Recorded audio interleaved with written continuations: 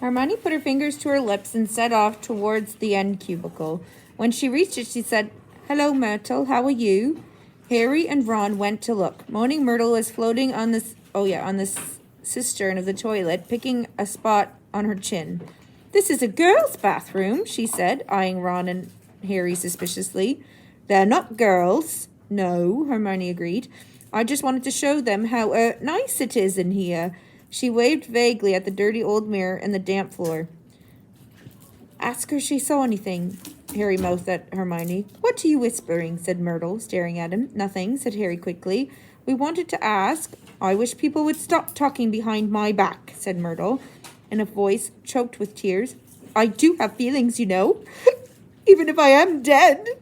"Myrtle, no one wants to upset you," said Hermione. "Harry only—" "No one wants to upset me? Well, that's a good one," howled Myrtle. "My life was nothing but misery at this place, and now people come along ruining my death." "We wanted to ask you if you'd seen anything funny lately," said Hermione quickly, "because a cat was attacked right outside your front door on Halloween." "Did you see anyone near here that night?" said Harry. "I wasn't paying attention," said Myrtle dramatically. "Peeves upset me so much I came in here and tried to kill myself. Then, of course, I remembered that I'm already dead," said Ron helpfully. Myrtle gave a tragic sob, rose in the air, turned over, and dived headfirst into the toilet, splashing water all over them, and vanished right from sight. From the direction of her muffled sobs, she had come to rest somewhere in the U-bend. Harry and Ron stood with their mouths open, but Hermione shrugged wearily and said, "Honestly, that was almost cheerful for Myrtle. Come on, let's go." Harry had barely closed the door on Myrtle's gurgling sobs when a loud voice made all three of them jump. "Ron!" Percy Weasley had stopped dead at the head of the stairs, Prefect Badge agleam, an expression of complete shock on his face. "That's a girl's bathroom," he gasped. "What were you—" "Just having a look around," Ron shrugged. "Clues, you know." Percy swelled in a manner that reminded Harry forcefully of Mrs. Weasley. "Get away from there," he said, striding towards them and starting to chivvy them along, flapping his arms. "Don't you care what this looks like, coming back here while everyone's at dinner?" "Why shouldn't we be here?" said Ron hotly, stopping short and glaring at Percy. "Listen, we never laid a finger on that cat." "That's what I told Ginny," said Percy fiercely. "But she still seems to think that you're going to be expelled. I've never seen her so upset, crying her eyes out. You might think of her. All the first years are thoroughly overexcited by this business. You don't care about Ginny?" "No, sorry, you don't care about Ginny," said Ron, whose ears were reddening now. "You're just worried I'm going to mess up your chances of being head boy. 5 points from Gryffindor," Percy said tersely, fingering his prefect badge, "and I hope it teaches you a lesson. No more detective work, or I'll write to Mum." And he strode off, the back of his neck as red as Ron's ears. Harry, Ron, and Hermione chose seats as far as possible from Percy in the common room that night. Ron was still in a very bad temper and kept blotting his charms homework. When he reached absently for his wand to remove the smudges, it ignited the parchment, fuming almost as much as his homework. Ron slammed the Standard Book of Spells, Grade 2, shut. To Harry's surprise, Hermione followed suit. "Who can it be, though?" she said in a quiet voice, as though continuing a conversation they had just been having. "Who'd want all the squibs and mugglebones out of Hogwarts?" "Let's think," said Ron in mock puzzlement. "Who do you know who thinks mugglebones is scum?" He looked at Hermione. Hermione looked back, unconvinced. "If you're talking about Malfoy—" "Of course I am," said Ron. "You heard him. He'll be next, Mudbloods. Come on. You've only got to look at his foul face to know it's him. Malfoy, the heir of Slytherin," said Hermione skeptically. "Look at his family," said Harry, closing his book too. "The whole lot of them have been in Slytherin. He's always boasting about it. They could easily be Slytherin's descendants. His father's definitely evil enough." They could have had the key to the Chamber of Secrets for centuries, said Ron, handing it down father to son. Well, said Hermione cautiously, I suppose it's possible. But how do we prove it, said Harry darkly. There might be a way, said Hermione slowly, dropping her voice still further with a quick glance across the room at Percy. Of course, it would be difficult and dangerous, very dangerous. We'd be breaking about 50 school rules, I expect.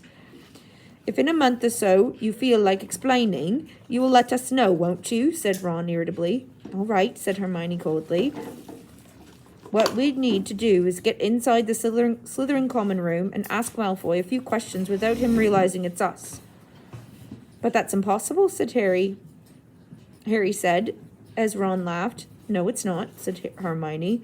All we'd need would be some polyjuice potion. What's that? Said Ron and Harry together. Snape mentioned it in class a few weeks ago.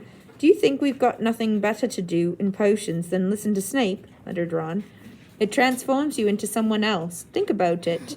We could change into 3 of the Slytherins. No one would know it was us. Malfoy would probably tell us anything. He's probably boasting about it in the Slytherin common room right now. If only we could hear him. This polyjuice stuff sounds a bit dodgy to me, said Ron, frowning. What if we get stuck looking like 3 of the Slytherins forever? It wears off after a while, said Hermione, waving her hand impatiently. But getting hold of the recipe will be very difficult. Snape said that it's in a book called Most Potent Potions. And it's bound to be in the restricted section of the library. There was only one way to get out a book from the restricted section. You needed a signed note of permission from a teacher. Hard to see why we'd want the book, really, said Ron, if we weren't going to try and make one of the potions.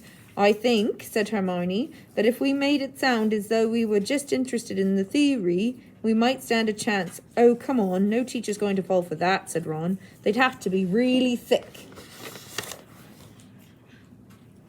Chapter 10, The Rogue Bludger. Since the disastrous episode of the Pixies, Professor Lockhart had not brought live creatures to class. Instead, he read passages from his books to them, and sometimes he enacted some of the more dramatic bits. He usually picked Harry to help him with these reconstructions. So far, Harry had been forced to play a simple Transylvanian villager whom Lockhart had cured of a babbling curse, a yeti with a head cold, and a vampire who had been unable to eat anything except lettuce since Lockhart had dealt with him. Harry was hauled to the front of the class during their very next offense against the dark arts lesson, this time acting a werewolf. If he hadn't had a very good reason for keeping Lockhart in a good mood, he would have refused to do it. Nice loud howl, Harry. Exactly. And then, if you'll believe it, I pounced like this, slammed him to the floor. Thus, with one hand, I managed to hold him down. With the other, I put my wand to his throat. I then screwed up my remaining strength and performed the immensely complex Homorphous charm. And he let out a piteous moan. Go on, Harry. Higher than that. Good. The fur vanished. The fangs shrank. And he turned back into a man. Simple yet effective. And another village will remember me forever as the hero who delivered them from the monthly terror of werewolf attacks. The bell rang, and Lockhart got to his feet. Homework. Compose a poem about my defeat of the Wagga Wagga werewolf. Signed copies of Magical Me to the author of the best one. The class began to leave. Harry returned to the back of the room, where Ron and Hermione were waiting. Ready? Harry muttered. Wait till everyone's gone, said Hermione nervously. All right.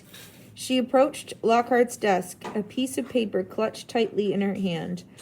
Harry and Ron right behind her. Professor Lockhart, Hermione stammered, I wanted to get this book out to the library, just for background reading. She held out the piece of paper, her hand shaking slightly. But the thing is, it's in the restricted section of the library, so I need a teacher to sign for it. I'm sure that it would help me understand what you say in Guarding with Ghouls about slow-acting venoms. Ah, Guarding with Ghouls, said Lockhart, taking the note from Hermione and smiling widely at her. Possibly my very favorite book. You enjoyed it? Oh, yes, said Hermione eagerly. So clever, the way you trapped the last one with the tea strainer. Well, I'm sure no one will mind me giving the best student in the year a little bit of extra help, said Lockhart warmly, and he pulled out an enormous peacock quill. Yes, nice, isn't it? He said, misreading the revolted look on Ron's face. I usually save it for book signings. He scrawled an enormous loopy signature on the note and handed it back to Hermione. So, Harry, said Lockhart, while Hermione folded the note with fumbling fingers and slipped it into her bag. Tomorrow's the first Quidditch match of the season, I believe. Gryffindor against Slytherin, is it not? I hear you're a useful player. I was a seeker too. I was asked to try out for the national squad, but prefer to dedicate my life to the eradication of the dark forces. Still, if ever you'd feel the need for a little bit of private training, don't hesitate to ask. Always happy to pass on my expertise to the less able players. Harry made an indistinct noise in his throat, and then hurried off after Ron and Hermione. I don't believe it, he said. The three of them examined the signature on the note. He didn't even look at the book that you wanted. That's because he's a brainless git, said Ron. But who cares? We've got what we needed. He is not a brainless git, said Hermione shrilly, as they half ran towards the library, just because he said you were the best student in the year. They dropped their voices as they entered the muffled stillness of the library. Madame Pince, the librarian, was a thin, irritable woman who looked like an underfed vulture. Most potent potions, she repeated suspiciously, trying to take the note from Hermione, but Hermione wouldn't let go. I was wondering if I could keep it, she said breathlessly. Oh, come on, said Ron, wrenching it from her grasp and thrusting it at Madame Pince. We'll get you another autograph. Lockhart will sign anything if it stands still long enough.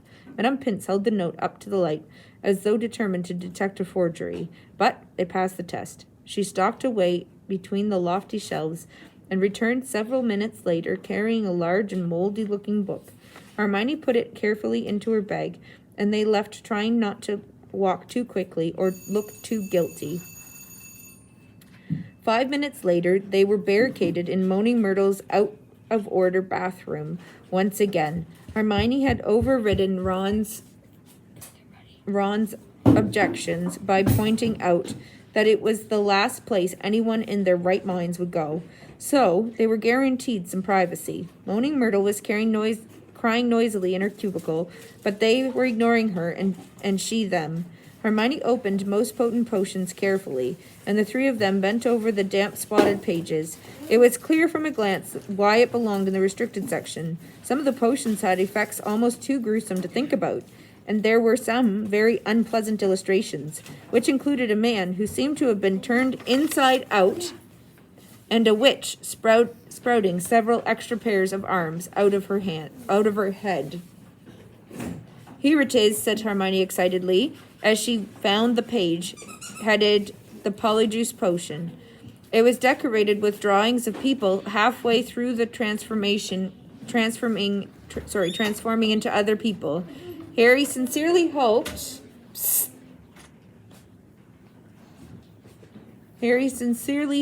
the artist had imagined the looks of intense pain on their faces. This is the most complicated potion I've ever seen, said Hermione, as they scanned the recipe. Lacewing flies, leeches, fluxweed, and nutgrass, she murmured, running her fingers down the list of ingredients. Well, they're easy enough, and they're in the student store cupboard. We can help ourselves. Oh, look, powdered horn of bicorn. Don't know where we're going to get that. Shredded skin of boomslang? That'll be tricky too. And of course, a bit of whoever we want to change into. Excuse me, said Ron sharply. Do you mean a bit of whoever we're changing into? I'm drinking nothing with crab's toenails in it, Hermione continued as though she hadn't heard him. We don't have to worry about that yet, though, because we add those bits last. Ron turned speechless to Harry, who had another worry. Do you realize how much we're going to have to steal, Hermione? Shredded skin of boomslang? That's definitely not in the student store cupboard. What are we going to do? Break into Snape's private stores? I don't know if this is a good idea. Hermione shut the book with a snap.